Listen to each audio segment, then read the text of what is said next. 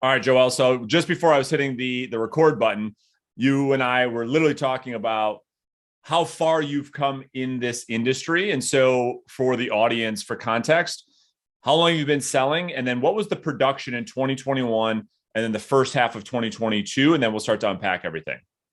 Yeah, so I've been selling for a couple of years. I started off in Kansas, moved out to Hilton Head, South Carolina, been out here for about a year and a half now. 2021 wasn't so hot.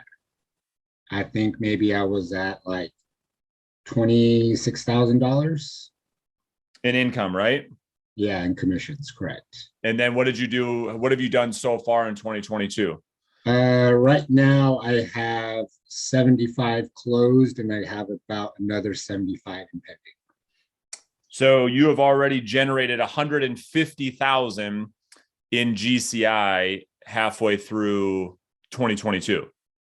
Yeah, I got a couple of them closing next week. So that's a massive difference. Like you 2021, 26K. This year, halfway through the year, you're to 150. We usually don't see jumps that big.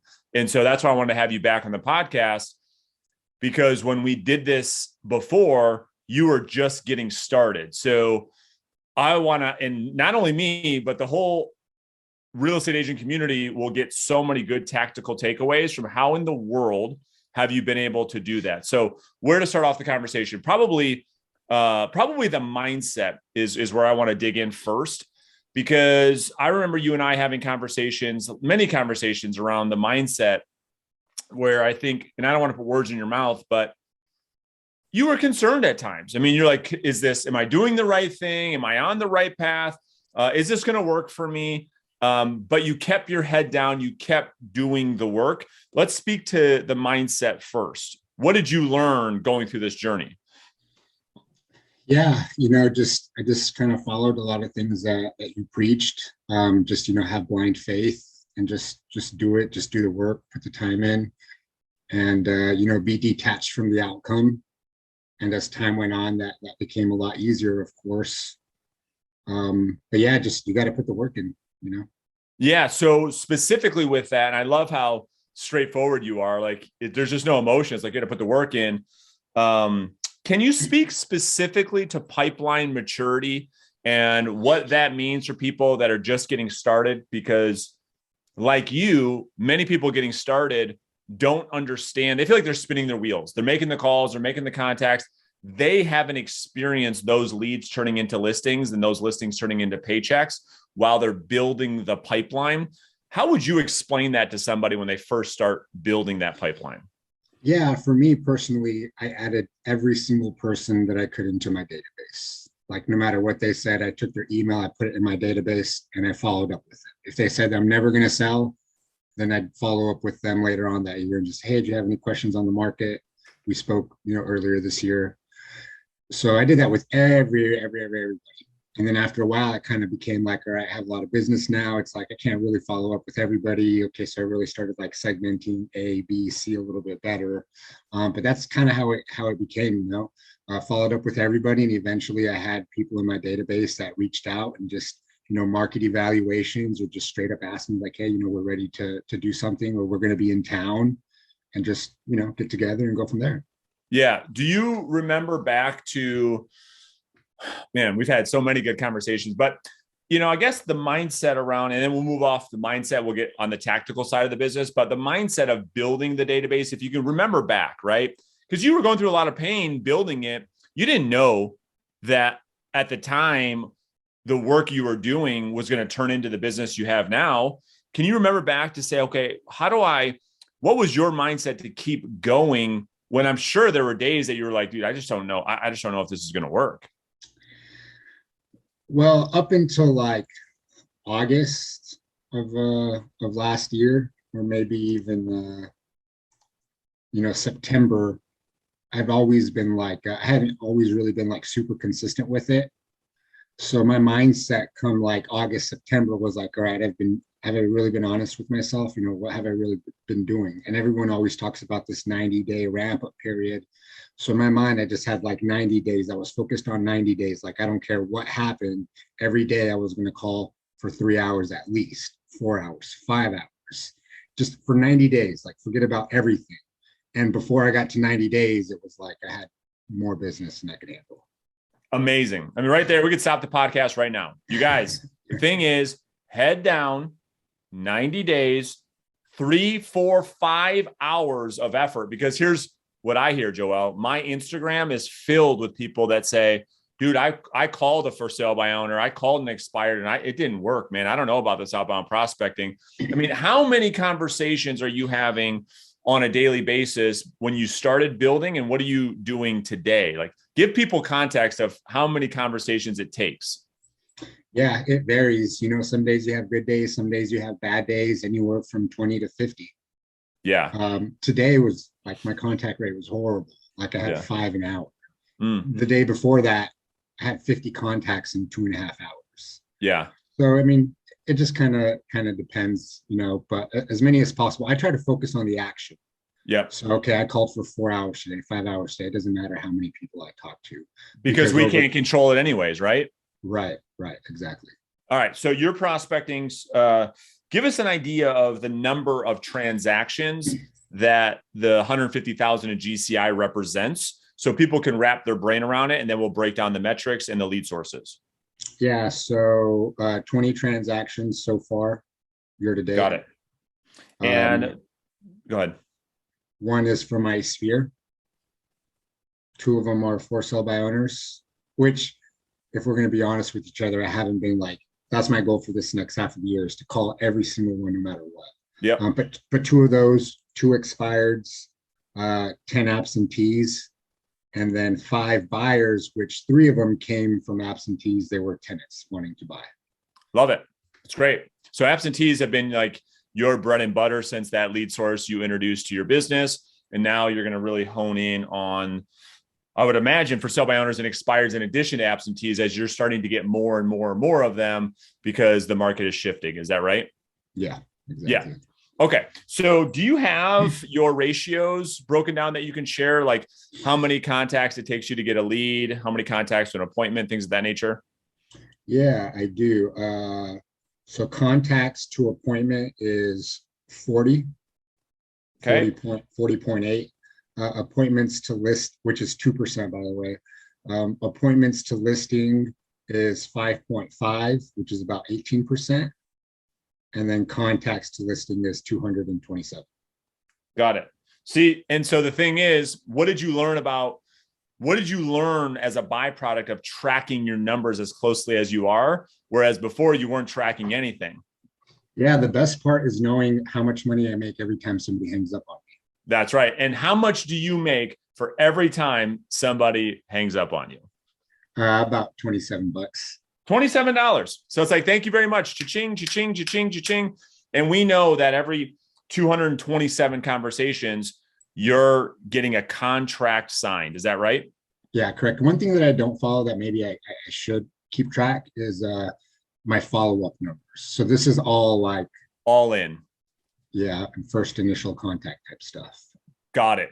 Okay. And how many of just because we're talking about ratios, of the listings you've taken, how many have sold versus not sold? What is your listing taken to listing sold ratio? This year, I've sold all of them, and I have one that's one active. Got it. So so 227 not only is a listing, 227 for you, 227 contacts is actually a paycheck. Yeah, I count 90% of it just to. Absolutely. Smart business move. And so everyone that's watching this episode or listening to this episode of the podcast, understand now that, Joel, as you move forward, we were talking about this off air, how much confidence do you now have through the skills you've developed, the numbers you've tracked, the results you've produced, knowing that all you have to do to get a paycheck is have 227 conversations? Like, what does that do to your mindset now? Yeah, it's cool because you're calling, and then like eventually you're going to run into something, Yeah. So it just makes it that much easier, really. Is your worry and your doubt gone though? Like when you first got started, a lot of the like we call it phase 2, right? This this level of deception. Like, man, is real estate for me? All these types of thoughts, are all of those gone now? Like, in other words, it's just up to Joel to make a decision whether or not how many listings he wants or not. Correct? Yeah, pretty much. And to be completely transparent, I mean, I still have a little bit of doubt. Not Sure. like, I don't know. It's because when you do it and then you make a lot of money, it's kind of like, did I get lucky? Right. I got to do But it all over again. but I've proven it before because last year I think the highest month of listings that I've had was 6. This year was 7 in a month. So I mean, I guess that doubt is just a natural. I guess I know I can. It's just a matter of putting in work. Yeah, and here's the other thing that you will continue to do throughout your career that everybody goes through, including myself. The more times you prove it to yourself, the doubt will continue to dissipate. So like you prove it, and it's like, man, am I just getting lucky? Can I do it again? And then you do it again, and then you do it again, and then you do it again. And that's where you build that up over time. It's like the fear and the doubt of, is this business for me? Can I keep doing this? Starts to go down, and you start to add things to the business that builds in this infrastructure of consistency. So on the tactical side, so thank you for sharing all of those numbers. Sure. You give us, so are you still working the same lead sources? Like when you make your 3, 4, 5 hours of calls, who is it that you're calling? Yeah. So absentee owners, FSBOs, expireds. We really don't get a ton of them still. Right. There are more properties on the market. They're taking a little bit longer to sell, but for sale by owners, I've had 2 maybe this month. Wow. Last month. Yeah, expireds. I mean, they come up, they do, but there's still not like a ton of them. Like I don't think I've had one this week. Which is a testament to your market. I mean, you must be your market. So is and I don't want to get into this too much. This is a whole conversation, but has your market not slowed down that much yet? No, places are still selling. There's a lot more on the market. And I guess there's, when things start to shift, it kind of doesn't like happen instantly. That's true. I don't know. I'm guessing, we're going to see the effects of things here in the next, months to come. Yeah. Yeah. Because everyone around the country, we're starting to see more and more for sale by owners not sell, more of them, more expireds, withdrawals, canceled, enter the marketplace. So there'll just be more listing opportunities. So what is it that you attribute your success to when it comes to lead generation specifically? In other words, do you have a bunch of different strategies, or is it just outbound calls? Do you do direct mail? Are you running Facebook ads? What are you doing to get the business? Yeah, no, it's just pretty much calls. Just calls. Nothing fancy, nothing sexy. Just pick the phone up, talk to human. Yeah, it's exciting. Yeah, it's real exciting. And by that, we mean it's real boring, but it pays the bills. Yeah, I think it's fun. It is boring, but it is fun. I do a little bit of mail. Like if I get a hot lead, I'll write them a handwritten letter, but I have somebody help me out with that. I don't need to do it myself.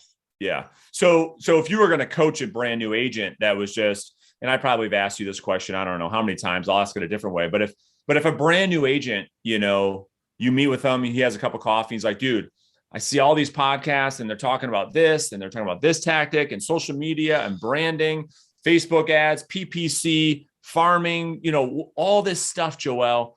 Should I be doing all of that? Like, does phone calls really still work? Are you telling me you just pick the phone up? You're not doing anything else? Come on, man. Give me the real deal. Don't hold back on me, please. Like, what are you telling to that person? Yeah, I think some of those other strategies, I think they can work. I think they do work for some people. I think the amount of people it works for is a lot less. I think it costs a lot more money. I think it takes a lot more time. But yeah, picking up the phone is cheap. And all you really need is a little bit of skill, which comes over time. I mean, if you have 20, 30, 40 conversations every single day, before you know it, it'll be second nature. Yeah. And I'll be really clear for the audience. And I'm going to start to, because everyone thinks of me as like just the outbound guy, but like the reality is, to your point, all those other strategies work. It just takes a lot of money and it takes a lot of time. And so through, an outbound free approach of just picking up the phone, It's just your effort and your skills, and you can get into business and momentum and start generating revenue, and your cost per acquisition is $0. So which once you do that, you can start to invest back in your business. So on the tactical side, what are some things that you're saying over the telephone that you find really work? Either like a specific script or high level tactical approach on the conversations. You got to learn how to like read the other person on the other side of the phone. Yeah. Because I find oftentimes, even when someone comes off like aggressive, like, who the hell is this? I'm able to like, bring them down, by mirroring and matching with their tone and whatnot. But a lot of things that I say, in the script, it doesn't matter. I mean, it kind of does, but as long as you're talking to somebody, ultimately is what's important. But I say things like, would it offend you if I did this? Or, hey, I understand that's completely respectable. You're holding on for the next year. I respect it. Yeah. Go ahead, keep going. Yeah. And those are kind of like, the two phrases that I go to a lot. So you've learned how to really lower somebody's resistance or reactance by keeping your emotions in check, just by being agreeable, will allow you to further the conversation. And what you have learned is that the longer the conversation goes, the higher likelihood of it turning into a lead or an opportunity. Is that correct? Yeah, because you dig a little bit deeper. You get past that reflex. Yeah.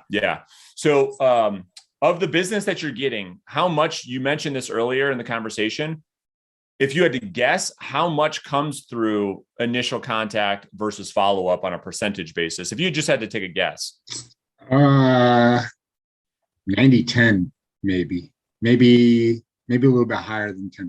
Because I have had like cold call, set the appointment, got the paperwork, got it signed on the appointment. But you would say roughly 90% is coming through initial conversation, generate an opportunity, put them into your follow-up system, strengthen the relationship over time, and that turns into business 90% of the time. Yeah. I would agree 100%. And so I think on the tactical side, I'll leave the audience with one tactical takeaway. It's like, don't get so caught up in, oh, I didn't get anything on this call. That's the other mindset I think agents are missing. It's their expectation of thinking they're going to get something on the initial call. It's called lead generation. Yes, we're looking for appointments, but 90% of the time you're getting a lead, and that's the win. Because going back to how we started, pipeline maturity, most people can't rationalize that this lead is going to turn into something in a month from now. They want it now. Would you agree with that? Yeah, totally. 100%. Cool. I love it. What didn't I ask you that you think the audience should know about your business, and what's allowed you to, I don't know what the percentage growth is on that. I could probably do the math, but like go from 25,000, you didn't double. You like, I don't know, what is that? 4X, maybe 5X? Yeah, something. Yeah, I think it's like 6X in less than a year. So is there anything I didn't ask you that you think the audience would get value from? No, I mean, I think we pretty much covered it. You just have to do the work. Like I said earlier, at one point I was like, all right, you got to be real with yourself. Like, how long have you called? An hour and a half, 2 hours? Yeah, that got me a little bit. But then I was like, well, what if I do it for 4 hours? Yeah. What if I do it for 5 hours? And then just like do that every single day, no matter what. Nothing else is important. Follow up, you don't got nobody to follow up. Quit playing yourself. I love it. You don't have attorneys to call. You don't have inspections. You don't have appraisals. You don't have none of that. So just get on the phone and just call and call and call and call and call until you get a listing. I mean, it's really that simple. I mean, you just have to do the work, and it takes an extraordinary amount of effort just to get like average results. And I think the biggest problem, Joel, to your point, is agents are not talking to enough people, period. End of story. And hopefully not, but because of that, it's end of career. It's like, the equation is very simple. It's the amount of people we talk to times our skill equals success, period. And if you're not getting enough success, then you're not talking to enough people. And when you talk to enough people, your skills grow, and it's that basic and that simple. So dude, I appreciate it. I told you I was going to keep this to 10 minutes. I don't know if I kept true to that or not, but like always, I'm sure there's a lot of nuggets people got from the episode. So, dude, I appreciate you jumping on with me today. Cool, man. I appreciate you like always. I'll talk to you soon, Joel. Take care, brother. Sounds good. Later, man.